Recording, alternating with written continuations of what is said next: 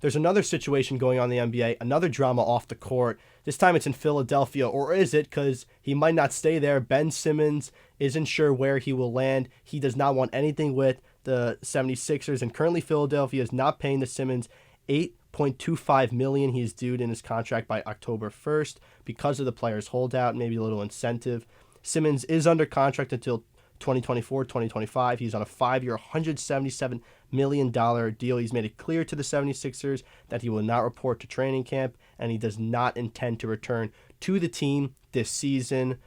Colin, I just want to get your thoughts again on this crazy situation. I mean, my initial reaction, it's not sunny in Philadelphia right now, I can tell you that much.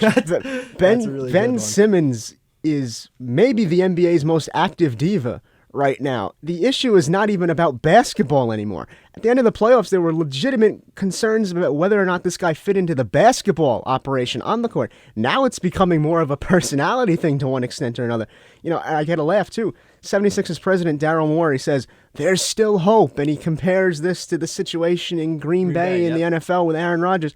I'm sitting here just going, no, this is nothing like that at all. This is bad. They still have so much money to pay this guy in his contract, and he doesn't want to show up.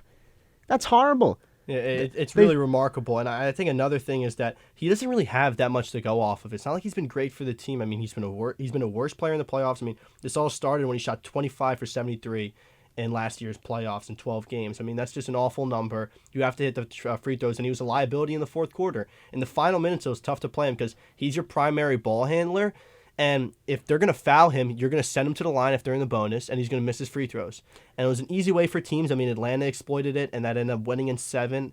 It's just he doesn't have that much to go off of where it's like, you know what, you're right. You were very good for the team. They're not backing you. You know, they're bad-mouthing you to the media.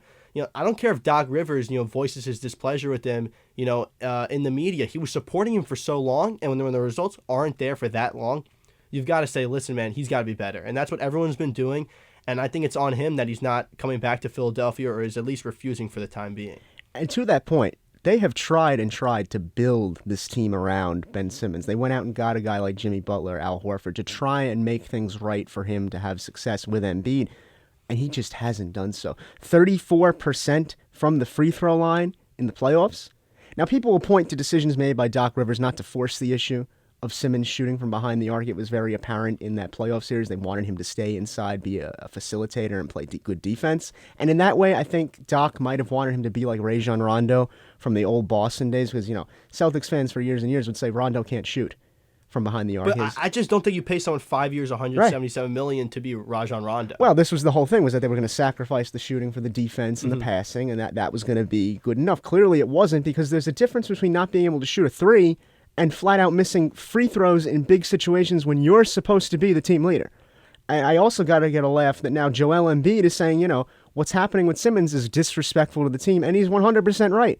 There's other guys on that team who could be big pieces going forward. Tobias Harris, Seth Curry, Tyrese Maxey is a guy that I'd like to see get more minutes, because I think his potential hasn't even been reached yet. Yeah, I totally agree. And let's say you take out the free throw shooting. Let's just remove that from the conversation. He still has not developed a jump shot. I mean, he's probably good from about 8-10 feet outside the basket. But once he gets farther than that, he can't hit a jump shot. So if you can't hit a three or even a deep mid-range, then your game is so cornered into this one aspect that you essentially can't be a scorer, especially in today's NBA, where if you're a primary ball handler, you have to be able to shoot threes. And you can't just be Magic Johnson, and even Magic Johnson had a better jump shot than Ben Simmons does. So it's just a tough situation, because let's just take away the free throw shooting. There's still problems with his game that prevent them from winning in the playoffs. And then you add a whole element that he can't hit a free throw in crunch time.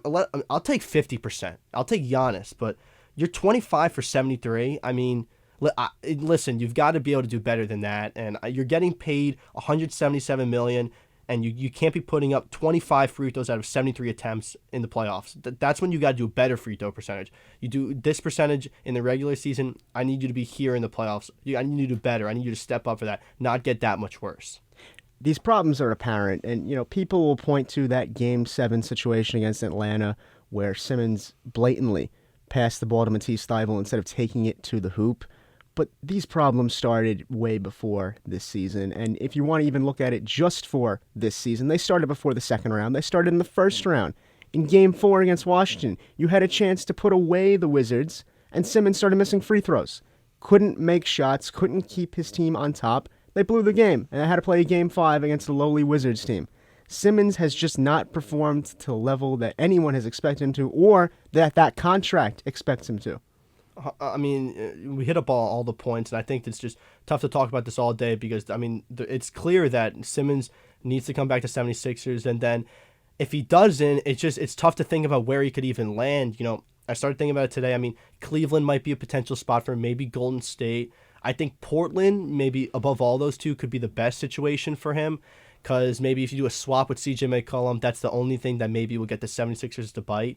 And you pair him with Lillard, maybe something happens there, but what team wants him? And there's no leverage for the 76ers when a player doesn't want to come back to your team. I mean, his price is very low because he wasn't good to begin with. His price is already low, and he's made it clear he doesn't want to return. Then teams are going to be saying, yeah, he's not going to be playing for the Sixers, so I can lowball, until I get my deal. So it's just a tough situation for 76ers. I personally don't see a place where he can go. I think Portland is his only option.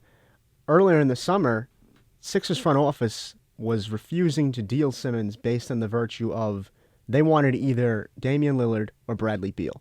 Clearly, that's not a fair trade for anyone involved because Simmons has not played as well as either of those guys down the stretch here. I think Portland's the only way that he gets out of Philly realistically because of CJ McCollum. I think that's maybe not 100% fair, but it's at least in the ballpark of what you're looking for on each side. So I think it could happen. Any way you spin it, the 76ers aren't getting the best deal. Right. I think that's just the state of where they are at with Ben Simmons, and that just makes it all the more tough. And we're just going to have to wait and see what happens here. It's going to be interesting. I mean, games are like 2.5 weeks away, 3 weeks away. So we're very close to seeing teams, start on NBA basketball up again. And I wonder what jersey Simmons will be in. Maybe it's a suit on the sideline. Maybe it's at his home on his couch. We're just going to have to wait and see. But that's going to be probably the most interesting story in the NBA until we get there. But